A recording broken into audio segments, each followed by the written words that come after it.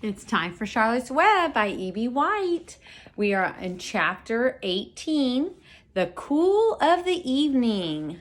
I just took my dog for a walk this evening. It was so nice out. I put this sweatshirt on, but I didn't even need it.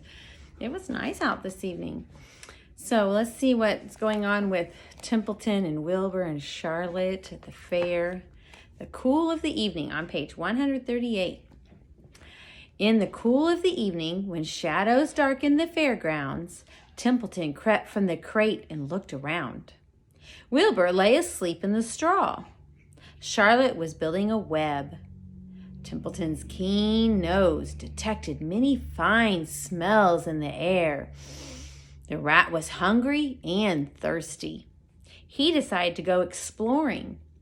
Without saying anything to anybody, he started off. "Bring me back a word," Charlotte called after him. "I shall be writing tonight for the last time." The rat mumbled something to himself and disappeared into the shadows. He did not like being treated like a messenger boy. After the heat of the day, the evening came as a welcome relief to all. The Ferris wheel was lighted now. It went round and round in the sky and seemed twice as high as by day. There were lights on the midway, and you could hear the crackle of the gambling machines and the music of the merry-go-round and the voice of the man in the Beano booth calling numbers. The children felt refreshed after their nap. Fern met her friend Henry Fussy, and he invited her to ride with him in the Ferris wheel. He even bought a ticket for her, so it didn't cost her anything. When Mrs. Arable happened to look up into the starry sky and saw her little daughter sitting with Henry Fussy and going higher and higher into the air and saw how happy Fern looked, she just shook her head. My, she said. "Henry Fussy, think of that." Templeton kept out of sight. In the tall grass behind the cattle barn, he found a folded newspaper. Inside it were leftovers from somebody's lunch. A deviled ham sandwich, a piece of Swiss cheese, part of a hard-boiled egg, and the core of a wormy apple. The rat crawled in and ate everything. Then he tore a word out of the paper, rolled it up, and started back to Wilbur's pen.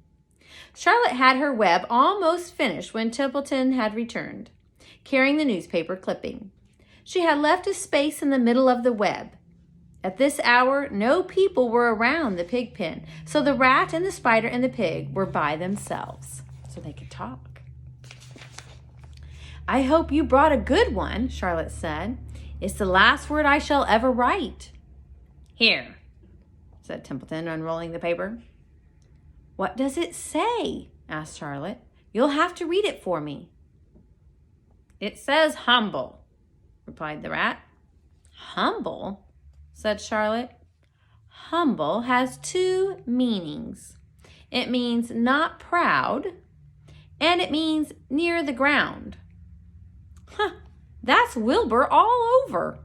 He's not proud, and he's near the ground. "Well, I hope you're satisfied," sneered the rat. "I'm not going to spend all my time fetching and carrying. I came to this fair to enjoy myself, not to deliver papers." "Oh, you've been very helpful," Charlotte said. "Run along if you want to see more of the fair." Wasn't that nice of the rat? Even though he acted like he didn't want to be nice, he went and got the paper right away and did it before he explored more of the fair. That was his kind act, wasn't it? The rat grinned. "I'm going to make a night of it," he said. "The old sheep was right. This fair is a rat's paradise. What eating and what drinking, and everywhere good hiding and good hunting. Bye-bye, my humble Wilbur. Fare thee well, Charlotte, you old schemer.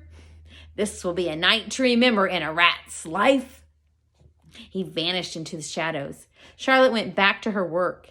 It was quite dark now. In the distance, fireworks began going off, rockets scattering fiery balls in the sky. By the time the Arables and the Zuckermans and larvae returned from the grandstand, Charlotte had finished her web. The word humble was woven neatly in the center. Nobody noticed it in the darkness. Everybody was tired and happy. Fern and Avery climbed into the truck and lay down. They pulled the Indian blanket over them. Larvy gave Wilbur a forkful of fresh straw. Mr. Arable patted him. "Time for us to go home," he said to the pig. "See you tomorrow." The grown-ups climbed slowly into the truck, and Wilbur heard the engine start and then heard the truck moving away in the low speed. He would have felt lonely and homesick had Charlotte not been with him. He never felt lonely when she was near. In the distance, he could hear the music of the merry-go-round. As he was dropping off to sleep, he spoke to Charlotte. "Sing me that song again about the dung and the dark," he begged. "Not tonight," she said in a low voice. "I'm too tired." Her voice didn't seem to come from her web. "Where are you?" asked Wilbur. "I can't see you. Are you on your web?" "I'm back here," she answered, "up in this back corner." "Why aren't you on your web?" asked Wilbur. "You almost never leave your web." "Oh, I've left it tonight," she said. Wilbur closed his eyes. "Charlotte," he said after a while, "do you really think Zuckerman will let me live and not kill me when the cold weather comes? Do you really think so?" "Of course," said Charlotte. "You're a famous pig, and you are a good pig. Tomorrow you will probably win a prize. The whole world will hear about you. Zuckerman will be proud and happy to own such a pig. You have nothing to fear. Wilbur, nothing to worry about. Maybe you'll live forever. Who knows? And now go to sleep." For a while there was no sound, then Wilbur's voice. "What are you doing up there, Charlotte?" "Oh, making something," she said. "Making something as usual." "Is it something for me?" asked Wilbur. "No," said Charlotte. "It's something for me, for a change." "Please tell me what it is," begged Wilbur. "I'll tell you in the morning," she said, "when the first light comes into the sky, and the sparrows stir and the cows rattle their chains, and when the rooster crows and the stars fade, when early cars whisper along the highway. You look up here and I'll show you something. I will show you my masterpiece." And before she finished the sentence, Wilbur was asleep. She could tell by the sound of his breathing that he had slept peacefully deep in the straw. Miles away at the Arable's house, the men sat at the kitchen table eating a dish of canned peaches and talking over the events of the day. "Okay, boys and girls, I'm running out of time." Upstairs, Avery was already in bed and asleep. Mrs. Arable was tucking Fern into bed.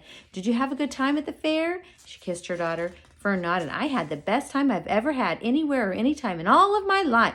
"Well," said Mrs. Arable, "isn't that nice?"